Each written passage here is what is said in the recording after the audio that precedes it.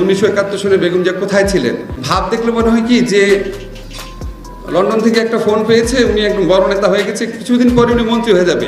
বিএনপিতে কত বড় বড় দেখি আপনার আইনজীবী নেতা আছেন, ঝগড়া করতে করতে আবার একজন একজনকে বহিষ্কারও করেন। এত বড় একটা সংগঠন, আপনাদের বেগম জিয়া ছাড়া আছে কি? উনি নাই, আপনারা নাই, অস্বীকার করে নাই। এবং উনি বলেছেন আওয়ামী লীগ তার আদর্শ থেকে বিচ্যুত হয় নাই।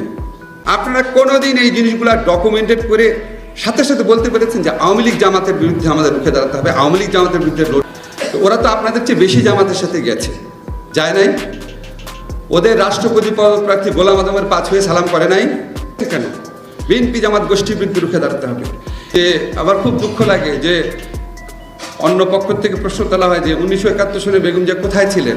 এত জঘন্য মিথ্যাচার, এত জঘন্য অপপ্রচার হয়, এটার উত্তর দেওয়ারও একটা নৈতিক ইয়ে অনুভব করেন না? বিচ্ছিন্নভাবে দেন, বিচ্ছিন্নভাবে দিয়ে শহীদুদ্দিন আইনি জেলেও গেছে, এটা তো কোনো মূল্য নাই।